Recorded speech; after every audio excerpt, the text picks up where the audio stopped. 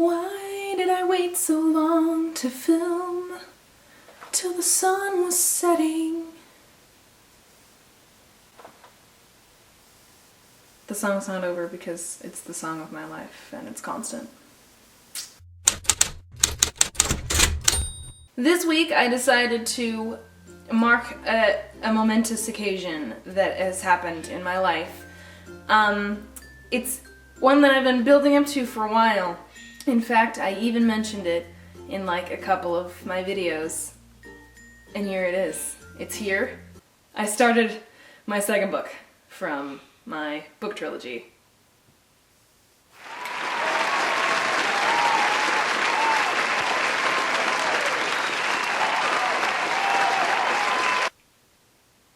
You want me to stop? So yeah, that's exciting news, right? I started my second book for realsies now.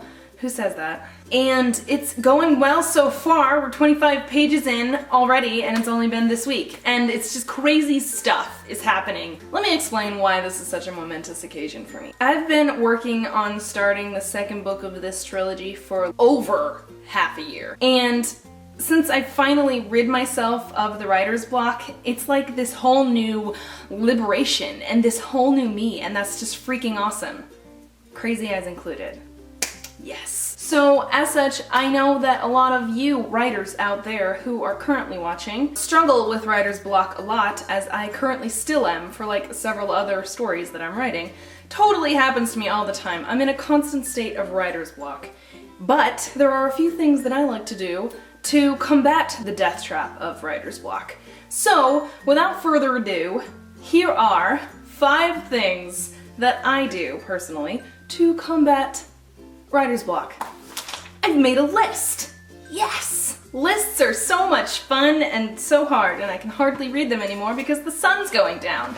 These aren't tried and true methods. These are things that I've picked up along the way, and so I thought I would bestow them upon you and see if they work for you. So let me know. Number 1, write something else. If there's a certain scene that you've been working on and it's just not working for you, and you're like completely blocked and you're about to just throw a walrus in there and see what happens. This is what I do. I like set that thing aside and I either write another scene from the same story or I write a completely different scene. I've personally got several stories that are constantly up here and I don't know how it works, but somehow it does. As such, if I'm blocked on one, I'm able to go to another and, you know, sort of work on it. And even if it's just character development on that story, it gets my mind off of the thing that I'm blocked on so I can move on. And if you don't have any other stories and you're just that one, then write something new. Just pick a name and a personality trait of somebody and an appearance and just go and just start writing. Don't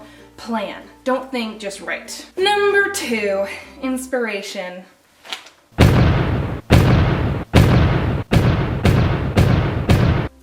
Yeah, as I mentioned in my last video, I have a whole lot of Pinterest boards stocked full of stuff for inspiration, and it has helped me so much, including just general inspiration. If I'm blocked on anything from a video idea to something to write. Also, Tumblr is a really good thing because a lot of photographers post awesome images on Tumblr and it's beautiful, and I love Tumblr for that reason. It's really great and it really gets the juices flowing and it's visual and it's very awesome. So it works for visual people too. God, what even?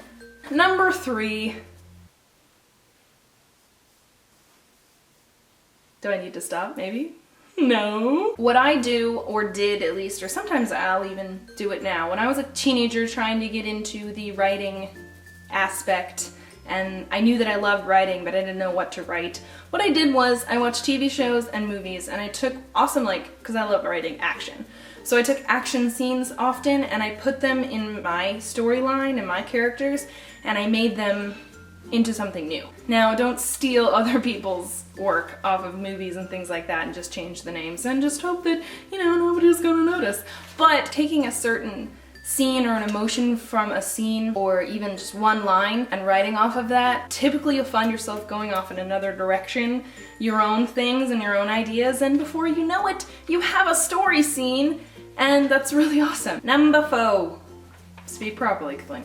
Number 4, find a movie soundtrack for your scene. Make your scene a movie. Now, if you're blocked in a certain scene, typically what I do is I find music to go with it, and it doesn't even have to make sense with the scene. The reason why music often helps me is the song is already done, so you don't have to do any thinking. All you have to do is listen and let it flow through your brain and coax your thoughts into flowing too, and then you're all in just a big swimming pool of writing awesomeness.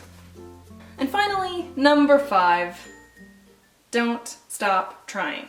Just keep going. And I know that sounds ridiculous, but if starting this book too, and anything that I've tried to start repeatedly, has told me anything, it's that giving up and just walking away is never gonna get anything done. You like to write. You like to do what you are doing currently that you're blocked on. So if you have that mindset of just writing for fun or just doing this for fun, and you're not doing it for anyone else but yourself, then it's easier and there's not as much pressure. So if you're still blocked with trying, take a breather, step back from the story, and try again. That's typically what I do and what I had to do for 6 months. And it's intense and it's very annoying. But when you get that one moment that you realize that you're not blocked anymore, that liberation is just amazing, and I live for it myself. It's always a good feeling in the end, so don't stop trying. That's what I do.